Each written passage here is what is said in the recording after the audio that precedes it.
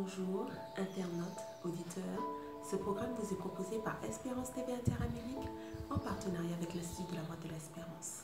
Nous sommes toujours dans le prolongement des 100 jours de prière. J'espère que vous allez bien et que vous tenez bon. Je vous invite aujourd'hui à avoir un temps de méditation autour du thème Dieu est fidèle. Ouvrons nos Bibles ensemble dans 1 Corinthiens 10 au verset 13. Aucune tentation ne vous est survenue qui n'ait été humaine. Et Dieu qui est fidèle ne permettra pas que vous soyez tentés au-delà de vos forces. Mais avec la tentation, il préparera aussi le moyen d'en sortir afin que vous puissiez la supporter. Ce verset est issu de l'épître de Paul aux Corinthiens. Dans cet ouvrage, il traite entre autres de la bonne conduite chrétienne ainsi que de la puissance de l'Esprit de Dieu. Ici, il s'agit de parler de la tentation. La tentation, c'est cette impulsion qui nous pousse à faire le mal. Cette attraction que nous avons à aller vers les choses qui sont défendues par la loi divine. Il faut savoir que la tentation a été initiée par Satan, l'ennemi, dès le jardin d'Éden, auprès de nos parents Adam et Ève. Cette stratégie, il la garde, elle est toujours d'actualité. Et il faut que nous comprenions que même si elle est d'actualité, nous avons le moyen de pouvoir y résister.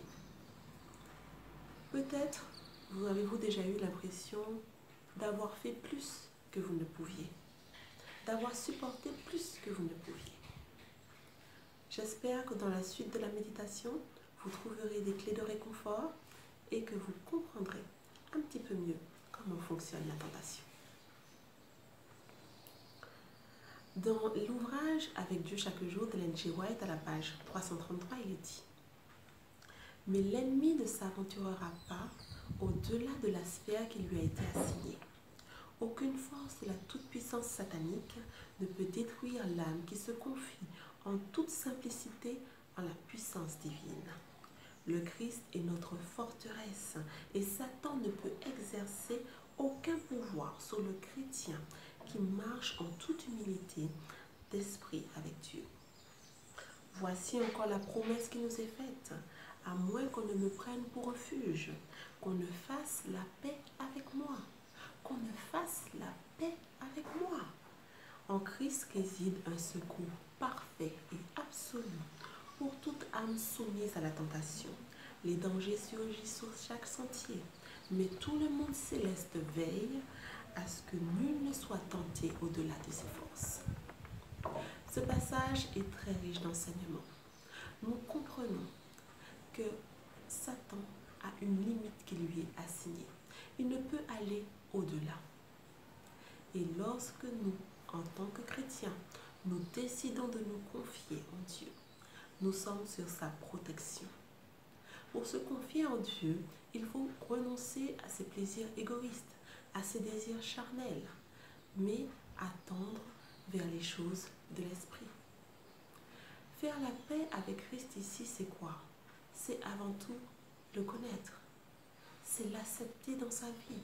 C'est soumettre sa volonté à la sienne, lui demander de nous aider à nous conformer au commandement de sa loi divine.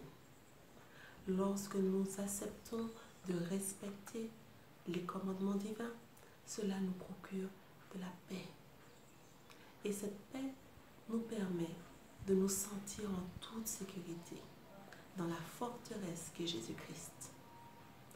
En conclusion, nous pouvons dire que Satan met la tentation, mais nous ne sommes pas obligés d'y céder, ce n'est pas une fatalité.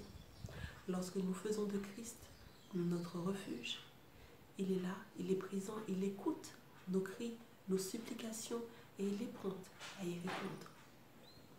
Lorsque nous décidons de nous placer sous la coupe de notre Sauveur, nous avons la victoire sur la tentation. J'espère que cette courte méditation vous aura rapporté un moment un petit peu de réconfort. Je vous invite maintenant à prendre note des sujets de prière qui sont valables pour aujourd'hui. Louons Dieu déjà parce que depuis quelque temps, nous avons remarqué que les jeunes étudient davantage leur Bible, que certains même d'entre eux créent des groupes de prière en ligne. Louons Dieu pour cela. Mais continuons quand même à prier afin que leur effort puisse aller en s'accentuant, en progression. Sujet numéro 1. Prions pour que davantage de nos jeunes soient intéressés à étudier leur Bible. Prions pour un grand réveil de nos jeunes. Sujet numéro 2. Prions pour nos jeunes du monde entier qui participent à leur propre jour de 100 jours de prière organisé par le département de la jeunesse, de la conférence générale et du ministère des enfants et des adolescents. Prions pour que nos enfants et nos jeunes comprennent que Dieu écoute leurs prières et y répond. Sujet numéro 3. Prions pour que les enseignants qui ont du mal à utiliser les outils en ligne puissent avoir de la sagesse, de la patience. Sujet numéro 4. Prions pour que ceux qui sont brisés par la perte d'un être cher, qui soient isolés, qui luttent pour sentir la présence de Dieu à leur côté. Sujet numéro 5. Prions pour l'endurance des médecins, des infirmiers, des professionnels de santé qui sont en première ligne face à cette lutte pour le Covid-19. J'espère que vous avez pris bonne note. Je vous invite maintenant à prier avec moi. Tendre Père Céleste Tout-Puissant, nous te demandons, s'il te plaît, de nous aider à nous soumettre à toi, Seigneur, de pouvoir ainsi bénéficier de ta paix et de nous enlever des griffes de la tentation. Tendre Père, nous te demandons aussi d'aider nos jeunes à s'accrocher à toi et augmente en eux davantage ton amour, afin qu'ils puissent s'abandonner à toi, Seigneur. Nous te confions toutes choses. Nous t'avons prié au nom de ton Fils Jésus pour ta gloire. Amen. Je vous remercie de votre écoute. Je vous dis à très bientôt. Au revoir.